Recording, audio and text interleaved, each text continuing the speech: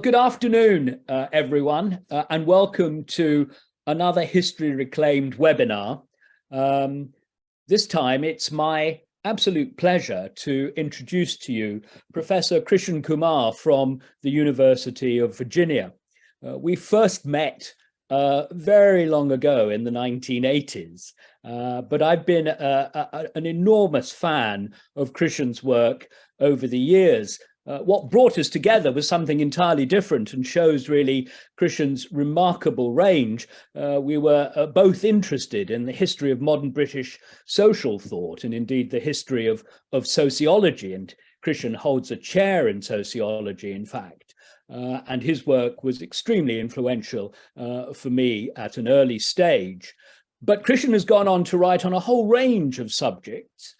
And most notably, recently, it's been on the subject of empire. He's the author of Visions of Empire, How 5 Imperial Regimes Shaped the World. And more recently, in a distilled form, he's published a book, Empires, A Historical and Political Sociology. So I feel that we're in the hands of an absolute expert on his subject, and it's my very great pleasure to introduce you to him. Krishan. Thank you very much, Lawrence. I'm delighted to be part of this project and delighted to have a chance to talk about the subject which has been of interest to me now for at least 10 years, if not more. I've chosen to pitch the talk in the broadest possible terms, because I think that might then encompass a wide range of interests and solicit, I hope, questions that might touch on things that I don't have time to go into, but I will have at least opened up some of the areas for us to talk about. So I've called it Empires in World History, and I want to start off with two quotations that sort of set the tone, I think, and set the themes of this talk. One is from, in fact, a colleague of Lawrence's, John Darwin, his book After Tamerlane, and John says in his book, empire has been the default mode of political organization throughout most of history. The history of the world is an imperial history, a history of empires. And that's a very striking statement, it seems to me, and something that once you start thinking about it seems fairly obvious, but it isn't something that most people have actually said or noticed. Another historian, Sebastian Conrad, writing a book on global history, has said, rather disparagingly, empire is the darling of world historians, as if to say, yeah, of course they'd be interested in it, but maybe they shouldn't be so interested. But I think John Darwin is absolutely right. There is something fascinating about the fact that ever since the earliest civilizations in Mesopotamia and Egypt and India and China, political form has taken an imperial form. Why that should be exactly, maybe something we could talk about. What is it about empires? Is it just lust for power? Is it just an expansionist urge on the part of rulers? Or is there something more, what should we say, something more accommodating about the imperial form, that it somehow manages to hold peoples together in a way that other forms have not been quite so successful at? It's a question, I think, that has no clear answer, but would be really worth asking. But it's certainly true that empire has revived in the last 20, 25 years, after a period in which it was mostly a concern of specialist historians. I remember when I was doing an undergraduate degree at Cambridge in the 1960s, I was actually tutored by one of the most famous imperial historians, Ronald Robinson. He was my tutor, but I never took a course on empires because we all rather turned up our noses at empires. It was associated with very, very right-wing conservative people, the League of Empire Loyalists. There were all kinds of people around that we didn't really want to identify with. And it's only more recently, I think, that I've realized just, well, partly what an opportunity I missed by not taking a course with Robinson and Gallagher and some of these famous historians who were around in Cambridge at that time. I've been catching up very much. So that's my first point, the ubiquity of empire. Ubiquity in time and space. Everywhere we look, at all times we see empires. My second quotation is another favorite of mine. This comes from the novelist V.S. Naipaul in one of his novels, The Mimic Men. The protagonist says, "The European empires have changed the world forever. Their passing away is their least important feature." The European empires have changed the world forever. Their passing away is their least important feature. That's a typical kind of Napoleon throwaway, a kind of exaggeration, as if to say the end of empires is not terribly important. What's much more important is what they did. And I think he's right about that. Clearing away the exaggerations, leaving that aside, I think he's right to say that what the European empires have done to the world has changed them forever. I think that was certainly the theme of my book, Visions of Empire, how 5 imperial regimes shaped the world. So that's going to be something I want to talk a bit about. We can obviously cast the net of empire very widely to talk about non-European empires. I myself have now become particularly interested in the Chinese empire, and I would like to see this long-lasting empire, 2,000 years of Chinese imperial history. I would be very interested to see how that fits into what I might call the family of empires. Was the Chinese empire unique, as many people, and including the Chinese, seem to like to think? Or can we see the Chinese empire within the context of other empires? My hunch is that we can. My hunch, I'm not the only one, thinks the Chinese empire does belong to this family of empires, and that we can compare the Chinese empire with other empires, particularly other land empires. I'll come back to this distinction in a moment between land and overseas empires. They're kind of different entities. But the Chinese empire was a vast land empire that had very long history. We can compare it with, say, the Roman Empire, which was contemporary in many ways, but also some of the other land empires like the Habsburg Empire, the Russian Empire, the Ottoman Empire. Those are the kinds of comparisons which I think would yield quite a lot of interesting insight into how the Chinese empire worked. But let me step back into the Western sphere, because I think that's for purposes of time and focus. I'd like to concentrate very much on the Western tradition. And that's what I want to begin with, the idea that there is a tradition of empire in the West, which we don't normally talk about or think about. We tend to treat each empire as discrete entities, the Roman Empire, the Habsburgs, the Ottomans. But when we look at it, I think what we can trace is a very clear line of influence, particularly beginning with Rome. The Roman Empire, one of the chapters of my book says Roman Empire, parent of empire. Parent of empire, because so much of the ideological thinking and justifications of empire seem to me to have come from what people thought the Romans had done. That's an important thing to say. I'm not necessarily talking about exactly what Roman Empire was, what it did, but how was it seen, partly by the Romans themselves, how they projected their empire, how they talked about it, and how later people saw the Roman Empire, what they thought was important.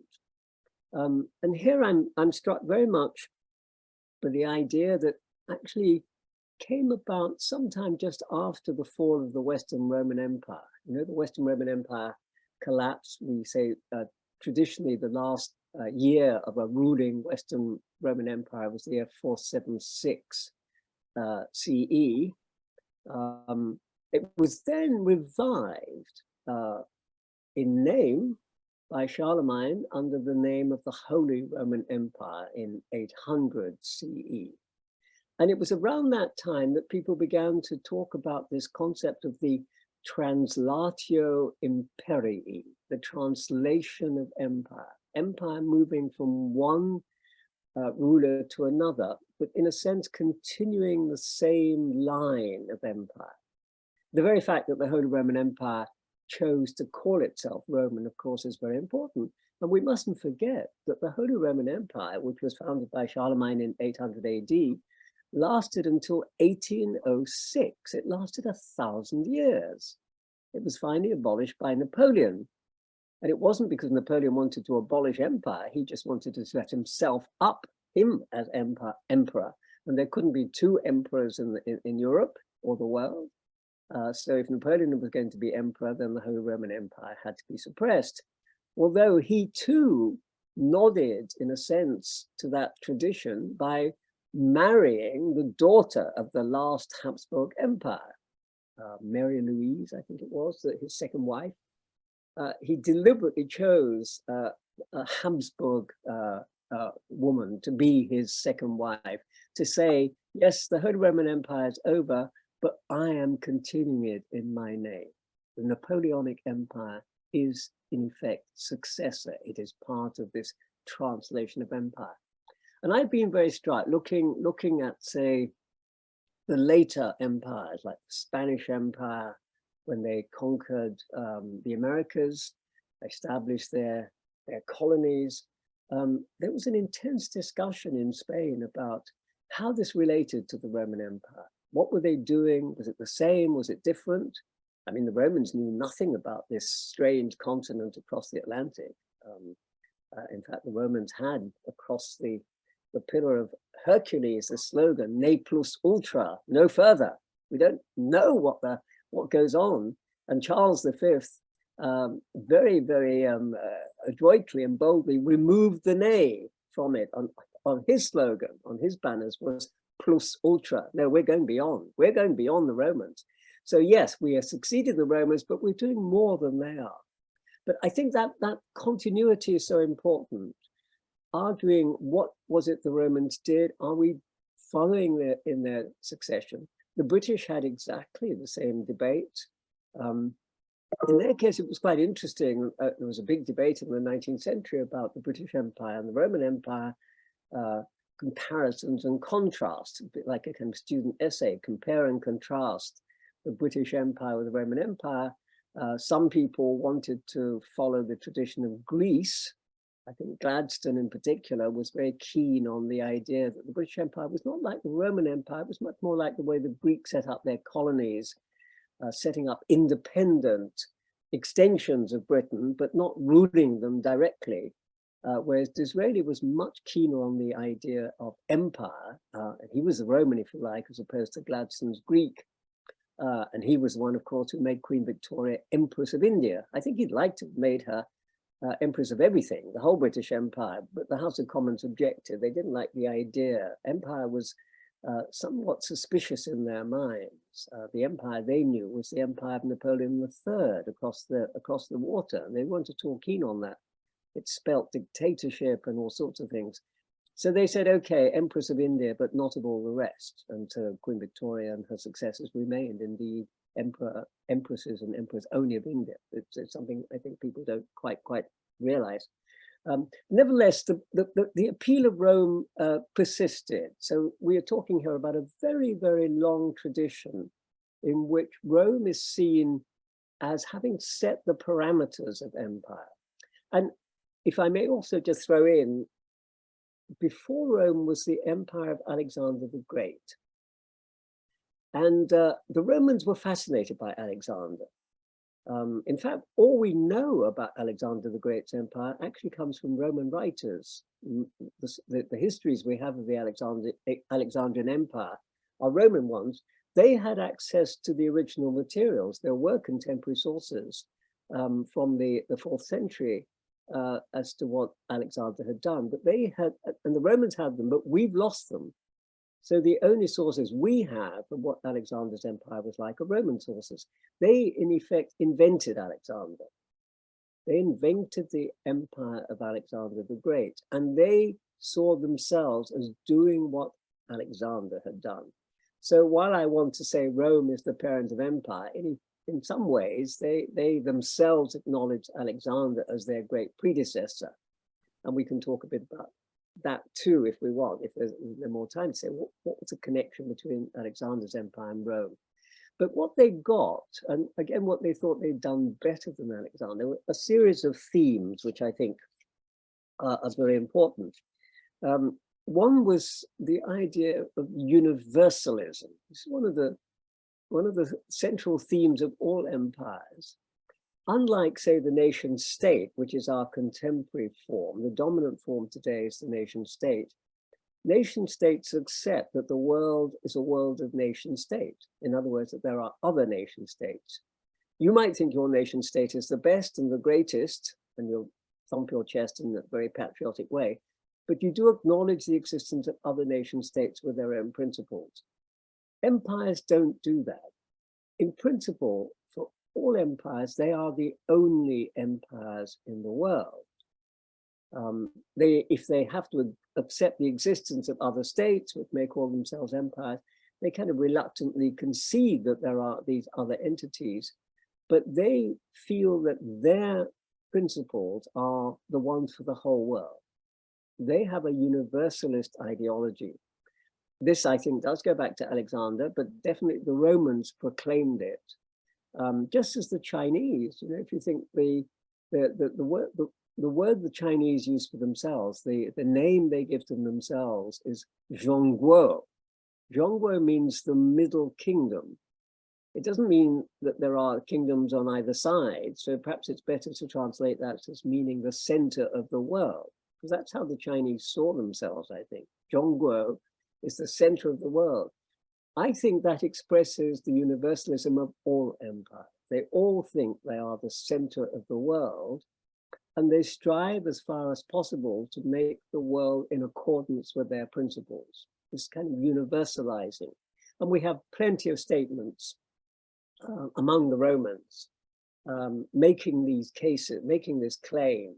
I mean, there's a famous one in Virgil's Aeneid that, you know, the gods gave Rome empire without end, empire without end, sine fine. That's the statement in the Aeneid, which is constantly quoted because, you know, all the European upper classes were classically educated right up to the early 20th century. So they were all familiar with their Aeneid, and they're constantly in justification of their own empires. The British were constantly quoting this line from the Aeneid that God has given Romans empire without end, and the British and the others, the French, of course, all say, yes, we are the inheritors of that bestowal by the gods on us. So that notion, I think, is very strong. Empires strive to establish themselves on a global scale, even though, of course, as we all know, and perhaps luckily, there are limits, practical limits, but the ambition, the ideology of empire is universalist. The other theme, I think, that comes from Rome directly, and again, I think they picked this up from Alexander, was the idea of empires having a civilizing mission. That can be expressed either in secular or religious form. The Romans have both. Before Christianity was incubated in the Roman Empire, before, in fact, Rome adopted Christianity as the state religion, their notion of civilization was a combination of Roman institutions, Roman law, the Roman language. I mean, they did think they had found the right way. And as they extended their empire, these institutions were extended, you know, from the Middle East all the way up to North Britain, up towards Hadrian's Wall. There was Romanization across this vast territory, but it wasn't done in specifically religious terms, except to some extent the emperor himself was thought of as a god. Once they adopted Christianity, this was fairly late in the West, but it continued in the East. When the Roman Empire in the West collapsed, of course, it continued in the East under the name of the Byzantine Empire, or what we call the Byzantine Empire, even though the Byzantines continued to call themselves Romans right to the end, right up to the point when they were conquered by the Ottomans in 1453. But as far as the Byzantines were concerned, they were the Roman Empire. It's true that Greek became more central than Latin, so in that sense, but that had always been true. Even in the Roman Empire, in the previous centuries, the Eastern Roman Empire had always been mainly Greek speaking, and the Western Roman Empire had been Latin speaking. So Byzantine Empire was really a continuation of this, and Christianity, of course, was central to their mission. And later empires, of course, religion becomes the central, if you like, mission that they adopt.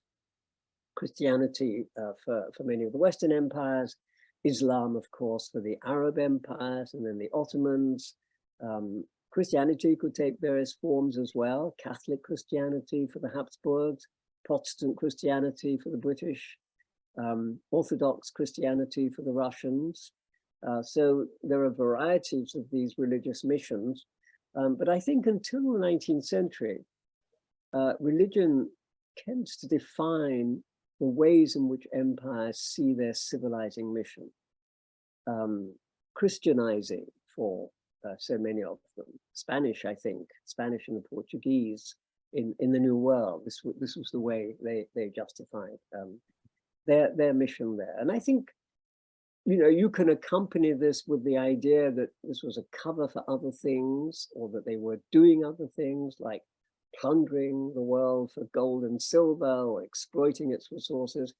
But I think I can't make sense of these empires unless I take seriously the idea that what they were doing was attempting to diffuse this particular form of thought and culture that we mean when we talk about religion. I think it was serious.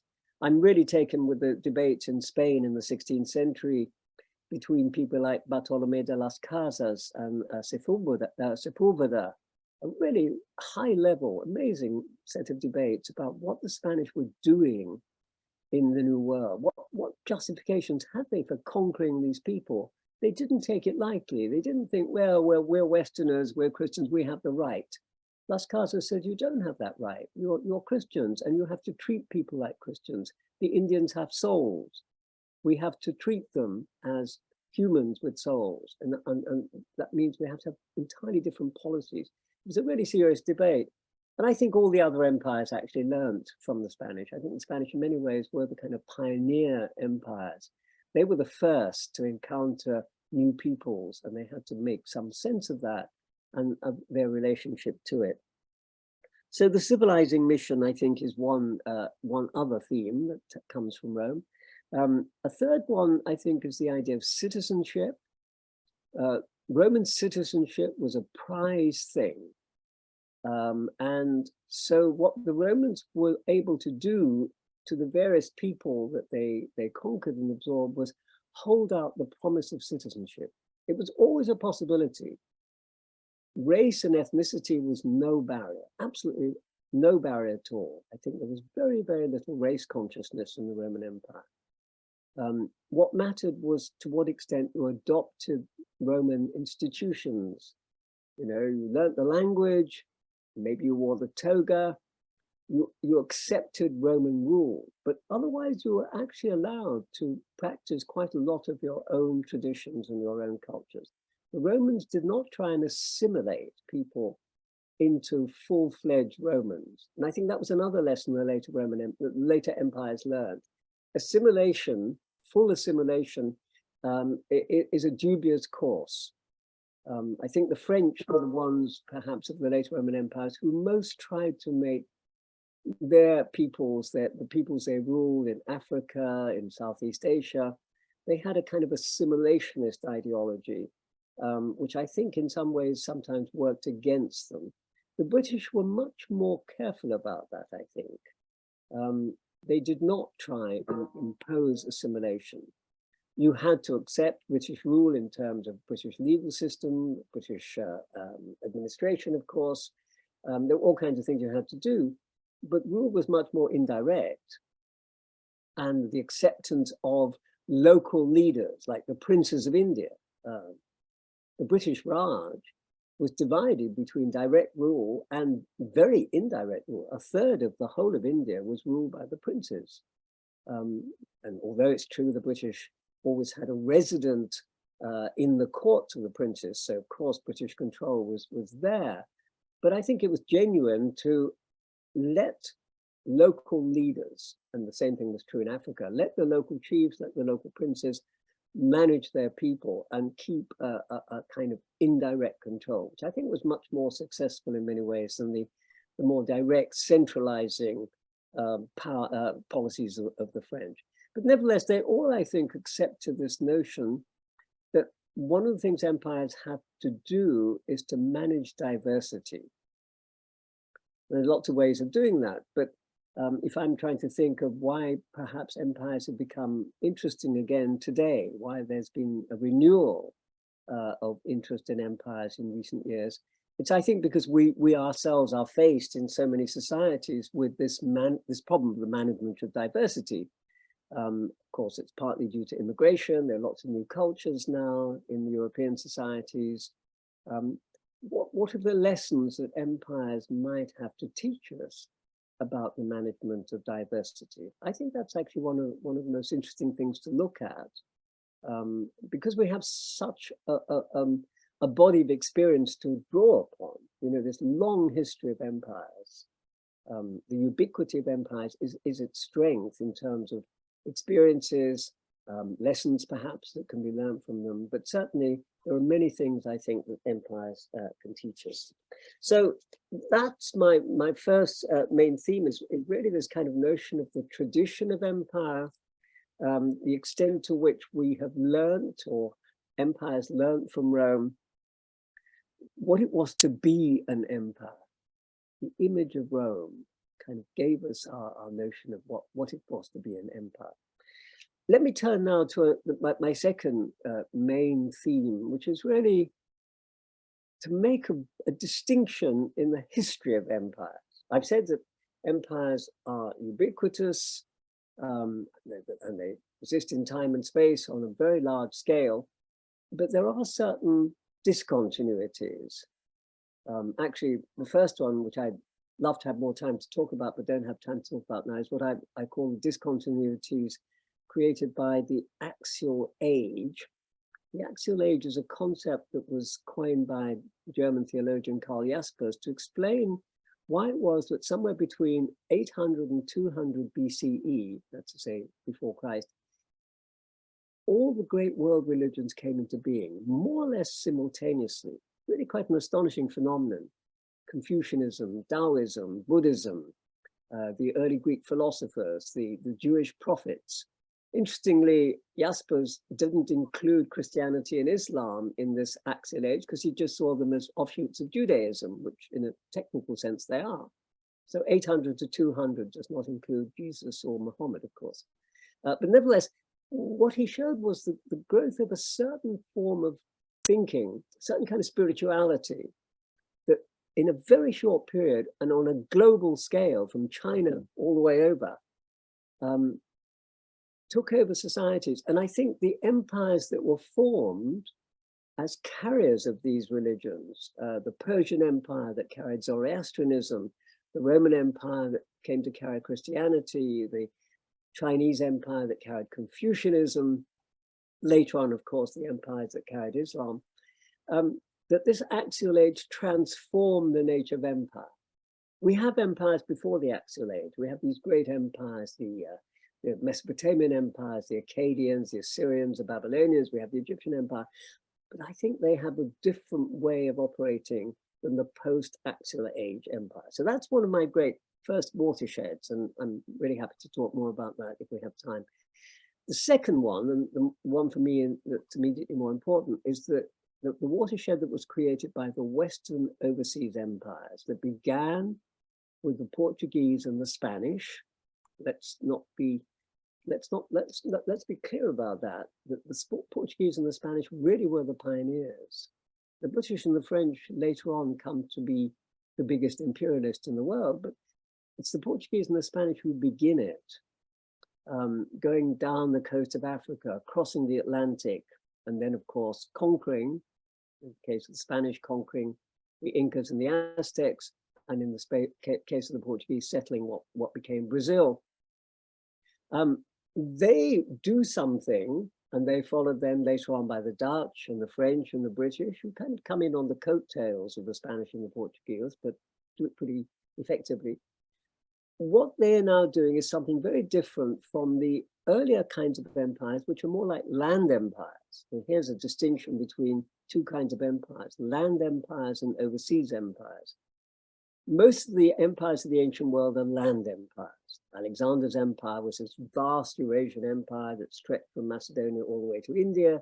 The Romans, of course, again, they don't build an empire quite as large as Alexander, but it's a land empire. The Persian Empire is a land empire. What we now get is this thing called the overseas empire, that the Western Atlantic countries, Spain, Portugal, England, France, Holland, begin to construct these vast overseas empires. And this brings in absolutely new things in the history of empires, because you're now encountering, across vast differences, peoples whose existence you didn't even know about, let alone understand. I mean, the Spanish and the Portuguese encounter groups in the Americas, in South America particularly, which they've never even known exist. And they have to learn how to deal with entirely new peoples and new religions and new cultures. They have to learn it. They learn it the hard way. When the other Europeans come in on the scene, they already know what the Spanish and the Portuguese have had to deal with. So when the British arrive in North America and they encounter the North American Indians, they've already been aware that there are these new peoples which the Spanish and the Portuguese have already handled. But this does introduce a new kind of idea, I think, in the history of empires. How do you deal with global presence? How do you deal with an empire that's not just made up by expanding to absorb your immediate neighbors, which is mostly how the land empires develop? How do you deal with a far-flung empire divided by oceans and incorporating peoples who have really, really different values, different religions, different the rest of it?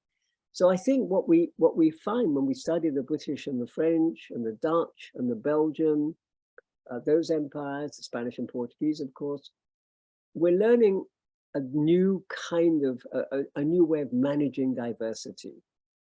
I've said that managing diversity is one of the key principles. The Romans had to do it. All the land empires have to do it. But the challenge for them is much less than it is for the overseas empires, because they're managing diversity on a scale which is more regional than global. Even in the case of the Roman Empire, I think if you look at the people they conquer, going out to the Tigris and Euphrates, going north to Britain, they're kind of racially within the same categories. I mean, they have different traditions and cultures, but they're knowable in a way, I think, that was less possible for the Portuguese and the Spanish and the British when they went across the oceans. Learning how to manage these new people was, in fact, I think, a great new challenge. It also, if we're talking about impact, again, the same thing is true. I think the European overseas empires now extend European culture, European civilization on a much faster scale.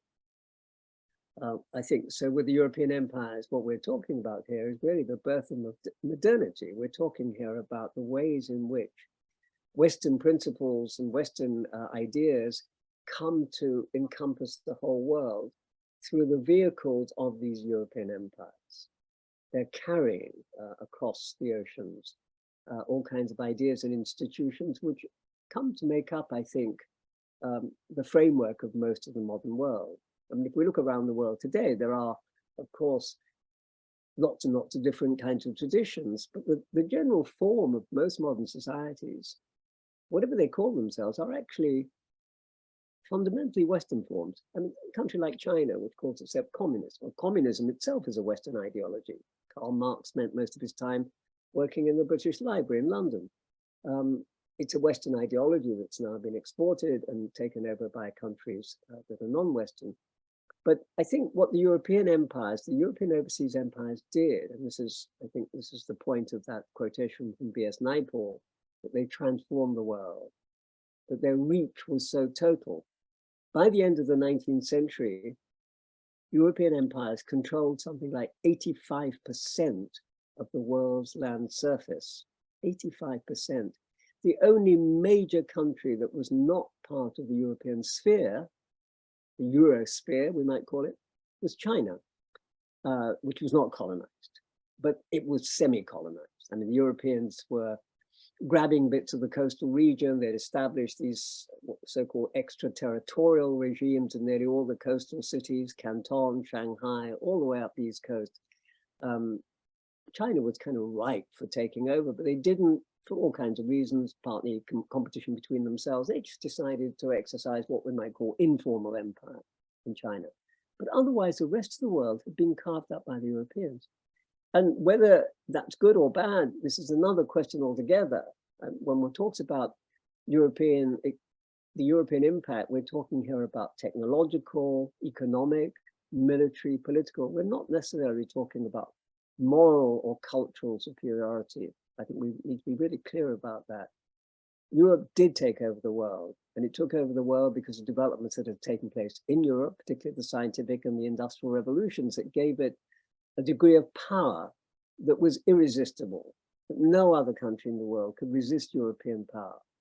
When the British steamships steamed up the Pearl River in the first Opium War against China, and they came upon the city of Canton, the Chinese had nothing to stop them, absolutely nothing. It was a completely asymmetrical conflict. That to me symbolizes the extent of European power in the 19th century, particularly their ability to more or less go wherever they wanted and to overcome any resistance that was offered. That's pretty unique in world history for one part of the world to have such power over the others. But that to me is the historical significance of the Western overseas empire that was pioneered by the Spanish and the Portuguese in the 16th century. Now, I realize I shouldn't be going on for much longer, maybe just a couple of minutes more. I want to say one last thing, because it's become such an important theme today, I think, and that is the idea of legacies of empire. We all know that that empires today are, in a sense, history. Nobody likes to call themselves an empire. Neil Ferguson, I think, described the Americans as an empire in denial. Many people want to talk about the American empire, just as we now quite regularly talk about the Soviet empire. During the period of the Soviet Union, nobody in the Soviet Union would have described themselves as an empire, but these days Russians have no problems about talking about the Soviet empire. I think it's a reasonable thing to talk about America as an empire, but nobody uses the term any longer. Empire has become a dirty word, it's a negative term, but people are fascinated by what the empires may have left behind. A lot of that too remains negative. I mean, these days empires are blamed for all kinds of things: racism, genocide. I've seen accounts in which the empires are seen as having invented genocide in effect, particularly in the ways in which Europeans dealt with the native peoples, the indigenous peoples of the Americas. That's often described as a genocide. Race relations today, the attitudes of white people to black people in particular, is traced to European empires, especially where the empires involve slavery. Slavery has now come to be almost synonymous with empire. I think one of the rather unfortunate ways in which the discussions are going today is this kind of collapsing of slavery, genocide, empire, as if they're all the same thing, as if we can talk about them as all a package. But I think that's an unfortunate thing, because that's not the truth about empire. For one thing, slavery was not a permanent part of empire. I mean, the British ruled India without slaves. When Africa was acquired in the late 19th century, slavery had already been abolished, as it happened by the British. And they had policed the world to try and suppress the slave trade. So I don't think the equation of slavery and empire makes sense. I mean, yes, slavery was there in the British, the French, all the empires in the early stages did have slavery. Whether that was necessary, I don't know. Whether it was a necessary part of their rule is, I think, still something that's very much an open question. It existed, but it was then also abolished. By the middle of the 19th century, practically all the European empires had abolished slavery in their empire. So I think it's a bit unfortunate. Where I think it would be interesting to look more at is the impact of empires in what we might call the metropolises of the empires. In other words, what's the legacy of empire in Britain, in France, in the Netherlands, in Portugal, even Spain? What can we see in the culture and society of these countries that we can trace back to their imperial experience?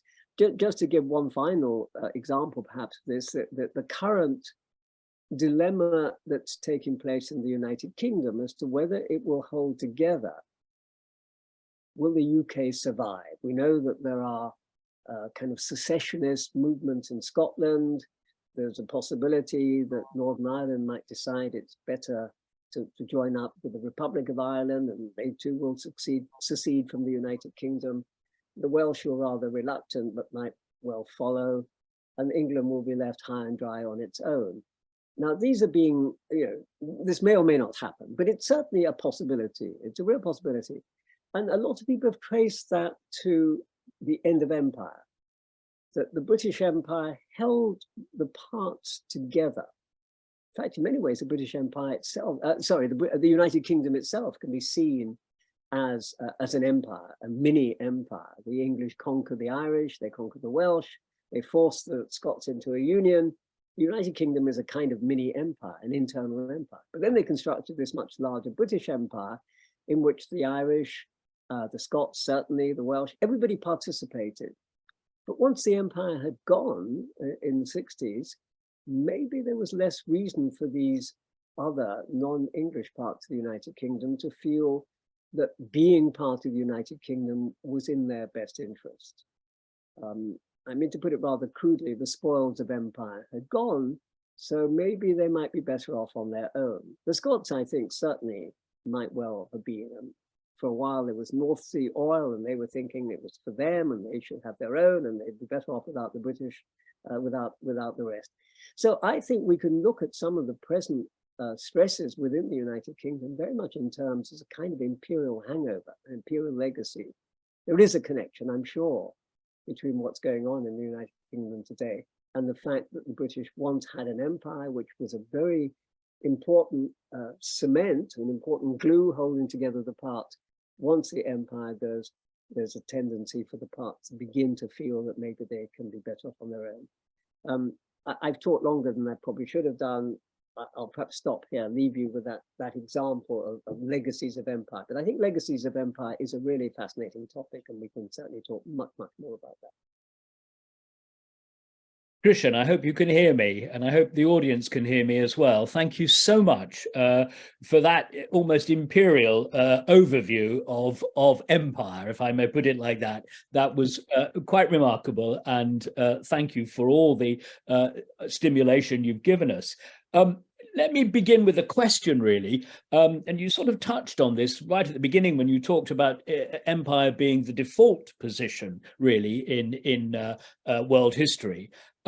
But of course, we now live in an age of nation states. There are more nation states today than there have ever been before. And I just wonder if we're thinking about the end of empires, and of course, that's been a theme in your discussion, if historians and others can really talk about the end of empire without also talking about the rise, not of universalism, but a kind of nationalistic particularism, the rise of the nation state. And have we, as it were, essentially overthrown one identity for another, much more limited identity, and that is ultimately to be held in balance when we think about the end of empire?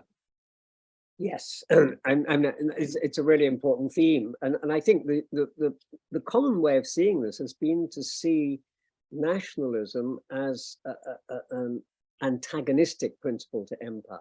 The empire is rule over a diversity of people, nationalism says one nation, one state. So it seems as if in principle, and I think in principle that's true, in principle nationalism and imperialism are at daggers, at daggers drawn. There seems to be an absolute collision. And it's certainly true that in the 19th century, one of the problems that was faced by empires was a rise of nationalism, threatened to break up. Habsburgs, the Ottomans, all of them were faced by this, also with the overseas empires. And there are two things about this that strike me. One is that the rule of empires lasted much, much longer than people tend to assume. Because nationalism arose in the 19th century, there's been a kind of notion that already the empires were kind of archaic, they were outmoded, they were almost pre-modern, and yes, they clung on till the First World War and maybe even clung on till the Second World War, but really they were on their way out, and the nation state was a new thing. It was Woodrow Wilson declaring the principle of self-determination in his principles. It seemed as if empire was simply outmoded. I think we should re-look at that history and see how important empires were right up to the 1960s. The First World War was a world war between empires.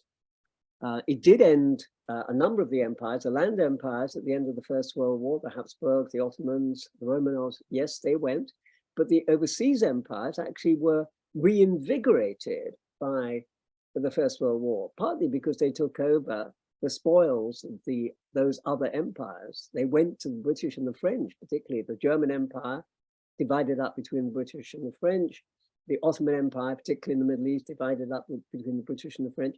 There was no sense necessarily that these empires were on their way out. So I think we need to rethink the history of the world, actually, but certainly of Europe, not to see the end of empire too prematurely. I think empires remain. And the Second World War, again, was a war between empires, including this time the Japanese Empire, and if we can talk about America as an empire, the American Empire. It's only from the 1960s onwards that we can really say that maybe the era of the nation state came into being. And I'm very struck by one thing, Lawrence, that I'm sure you also know. When the United Nations was founded in whatever it was, 47, 48, I think there were only 57 members, only 57 nation states that were eligible. You had to be a nation state to belong. Now there are 193. So nearly all the growth of nation states in the world has been in the last 50 or 60 years. That to me is a really telling statistic, that the nation state was not the dominant form. It was not, it may have been, if you like, the coming thing. Even that I'm not absolutely sure about. But it was much, empires continue in a sense to rule the world for much longer than most people think. Empires were really still in the ascendant right up to the period after the Second World War. That's the first point. The second point that I've always wanted to make is that empires themselves were often the creators of nationalism. They invented it in so many places. And it was a dangerous game, but they often found it convenient to invent nations as alternatives or opposition to the nationalisms that they feared. So for instance, the Habsburgs were worried about Polish nationalism in Galicia. So what do? They stimulate Ukrainian nationalism. And so the reason why we have Ukrainian nationalism, particularly in the western half of the Ukraine in the moment, is entirely to do with the fact that they were part of Galicia, the old Habsburg Galicia, and the Habsburgs deliberately stimulated the Ukrainian nationalism as a counter to the Polish nationalism that was far more dangerous. The Russians did exactly the same in their part of Poland and Belarus. They also stimulated Ukrainian nationalism as a counter to the dominant, the most feared form of nationalism, which was Polish. I think the British did something very similar in India. I think the British stimulated Muslim nationalism as a counter to Hindu nationalism, because the Indian National Congress was dominated by Hindus. And the British thought, and we have lots of evidence that that's what they thought because they've said it a number of times, we will encourage Muslim identity. There was almost no demand until about 1940. Nobody imagined that there could be a separate country carved out of India called Pakistan. The Muslims weren't demanding that. Jinnah was not demanding that. They wanted autonomy. They wanted their own provinces. They could have had that. So there was no reason why there should be a partition, which I think has been a tragedy. But the British have, I think, responsibility for that is partly due to the British stimulating Muslim nationalism as a counter to Hindu nationalism. So I think we see a much more complex relationship between nationalism and imperialism. Yes, in principle, the nation state stands as a counter to the empire, but empires were in the business often of using nationalism, stimulating nationalism for their own purposes. And if in the end that blew up in their faces, that is not an unusual thing, the unintended consequences of action. Even though I don't think nationalism actually ever destroyed the empires. I think what destroyed the empires were wars. I mean, they were both destroyed. Both kinds of empires were destroyed in world wars, but not by the nationalists. Well, Krishan, your point that in fact empires have only very recently declined has been taken up by a number of our questioners, in fact. Let me try to put to you what they say. One has asked whether, in fact, America today is a continuation of previous empires, that in fact, rather than even thinking of America as its own empire, which many do, we should think of it simply as a further development, perhaps of Western empire in the Americas. And then actually there are a couple of questions about, wait for it, the European Union, and to what extent this, in its form and in the kind of paths of development it maps out for itself, is also some form of empire. During the Brexit debates, as it were, there were claims of empire on both sides. Brexiteers had imperial nostalgia, whereas those who were Remainers from the other point of view were clearly, as it were, trying to build a European empire. So I wonder what you would say to our questioners who actually perhaps agree with you that empires are really not a thing of the past. I think these are both terrific questions. And actually, I should just say, I teach a course on the sociology of empires, and we've just been discussing those two very questions, America's empire and the European Union as an empire. So I'm really delighted to have a chance to respond. I think the case for seeing America as an empire is a strong one. Certainly, the Americans did have a big debate at the end of the 19th century, after the Spanish-American War, as to whether they should follow the European pattern and acquire overseas colonies. It was a really intense debate. Theodore Roosevelt was very keen on following the European pattern. And if you may remember that Rudyard Kipling's famous poem on the white man's burden was first published in an American newspaper. He was addressing the Americans and saying, take up the white man's burden. We Europeans, we've done it. We're tired now. Now it's your turn. You should be taking up the torch of empire. So yes, there's a clear connection between the sense of America as a continuation. There was a real debate at the end of the 19th century as to, isn't it America's turn? You know, it's a white civilization. It's an Anglo-Saxon civilization. It's a Christian civilization. It's just, you know, in this notion of translatio imperii, the translation of empire. Yes, America, take your turn. I think what's interesting is that the Americans said to that, no, thank you. And they were led by formidable figures like William James, a great psychologist, and Mark Twain, who argued passionately that America's origins were anti-imperial. America was one of the first, maybe the first anti-colonial revolution. The American Revolution was an anti-colonial revolution, the colonies breaking away from Britain. How could America be imperial if its origins is anti-imperial? I think that has been a very strong argument within American discourse, that they cannot accept being imperial, being an empire, when they were founded on a kind of anti-imperial principle. So although they had the chance to pick up many colonies, they could have stayed in the Philippines, they could have taken over Cuba. They did take over Puerto Rico, but they didn't make it a colony. It's in a very strange limbo-like thing. It's neither a state nor a territory. I've never heard anybody I think it calls itself a commonwealth. But we in Virginia are a commonwealth, and Puerto Rico is not a commonwealth like Virginia. So who knows what Puerto Rico is? But they very distinctly said, no, thank you, we will not be a European empire in the sense of having overseas colonies. What they are, however, I think, is a land empire. And to me, the comparison is with the Russians. The Russians expanded eastwards from Moscow all the way to the Pacific, taking in Siberia and then Central Asia, this huge kind of land grab, displacing people on the way.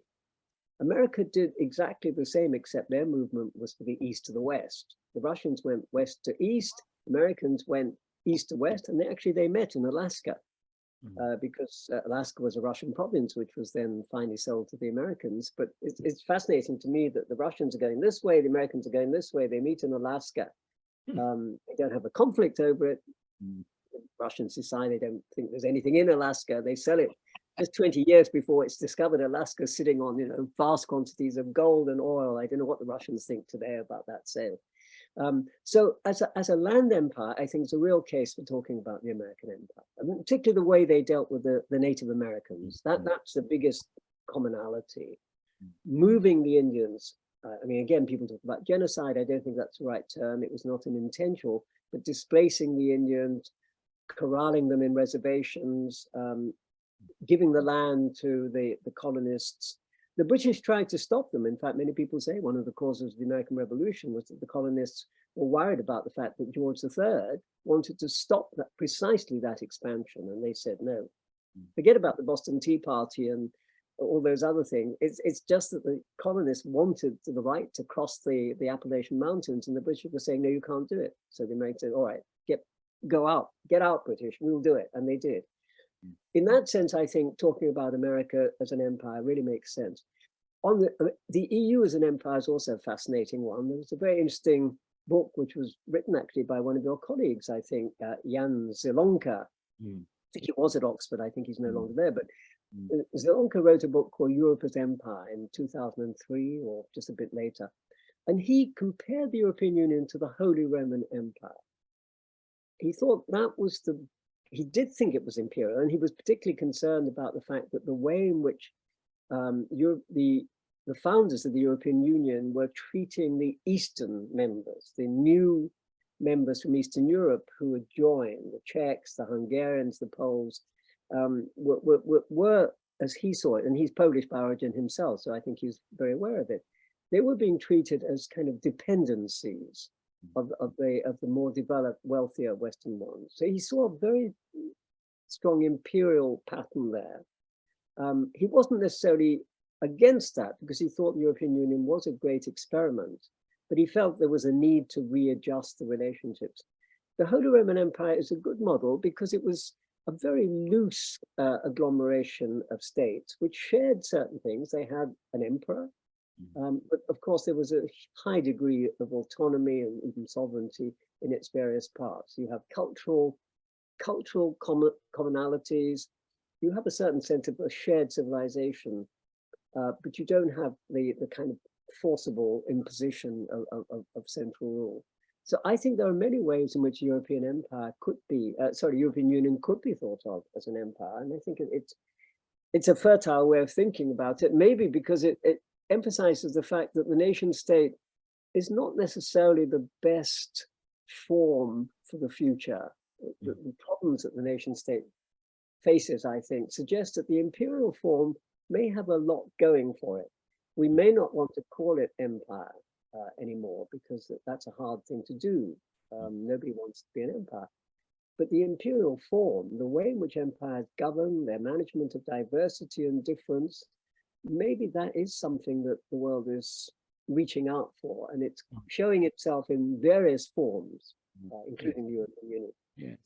I think we have time perhaps for one more question, and it's a question that's come in about trade, which helps us link back to some of your opening remarks about the debate in Britain, in Victorian Britain, about the nature of empire and the different views. And you mentioned your tutor, Robbie Robertson, a very famous historian of empire, who of course came up with the idea of a free trading empire, that the British actually didn't really want to seize and control territories. All they wanted was to trade and control world trade in that manner.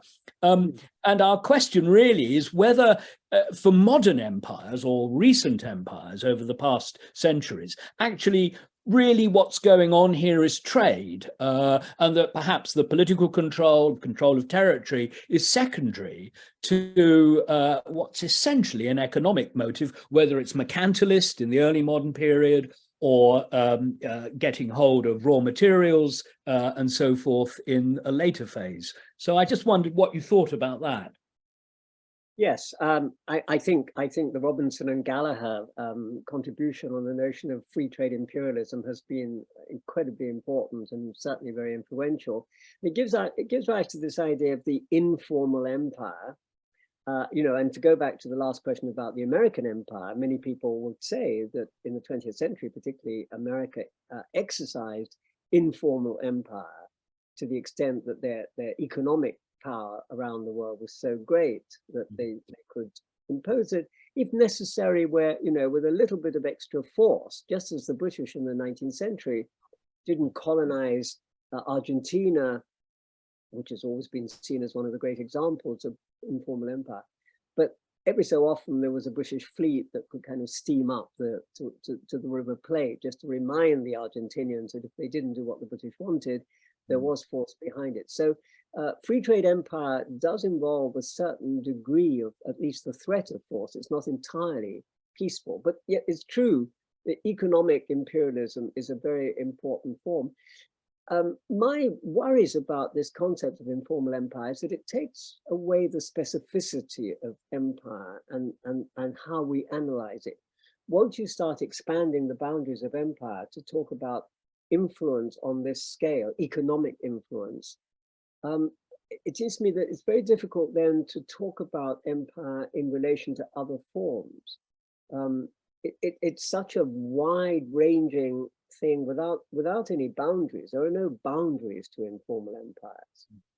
And I've found it very problematic. I prefer to keep empire within the bounds of formal empire, precisely because, for one thing, we certainly have enough material there, we have enough examples.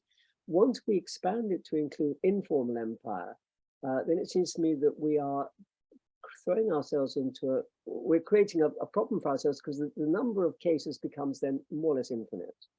And so I've resisted it, but I do understand. I think we have other terms like hegemon, talking about the hegemonic power. The Americans have definitely exercised hegemony, and I think different countries have had that kind of influence. I would prefer to keep a term like hegemony for that sort of power, and keep empire for something much more formal, something much more definable, something that we can actually study. Well, Krishan, we've run out of time. In fact, there are still one or two questions that people have put forward, which we won't be able to ask you. But thanks to everyone who's put forward those very good questions. Thank you also for your answers, which were every bit as eloquent as your brilliant opening presentation. I think we've had a fantastic overview of different ways of thinking about empire through history. And we've laid down a really definitive statement of what I think we'll call the default position in human history. I know that we will all feel that we've been in the presence of someone who is really in control on the macro scale of his subject. Thank you so much, Krishan Kumar. Thank you. Thank you. Thank all of you for listening. And please, if you have any questions, feed them in. I'd be very happy to respond.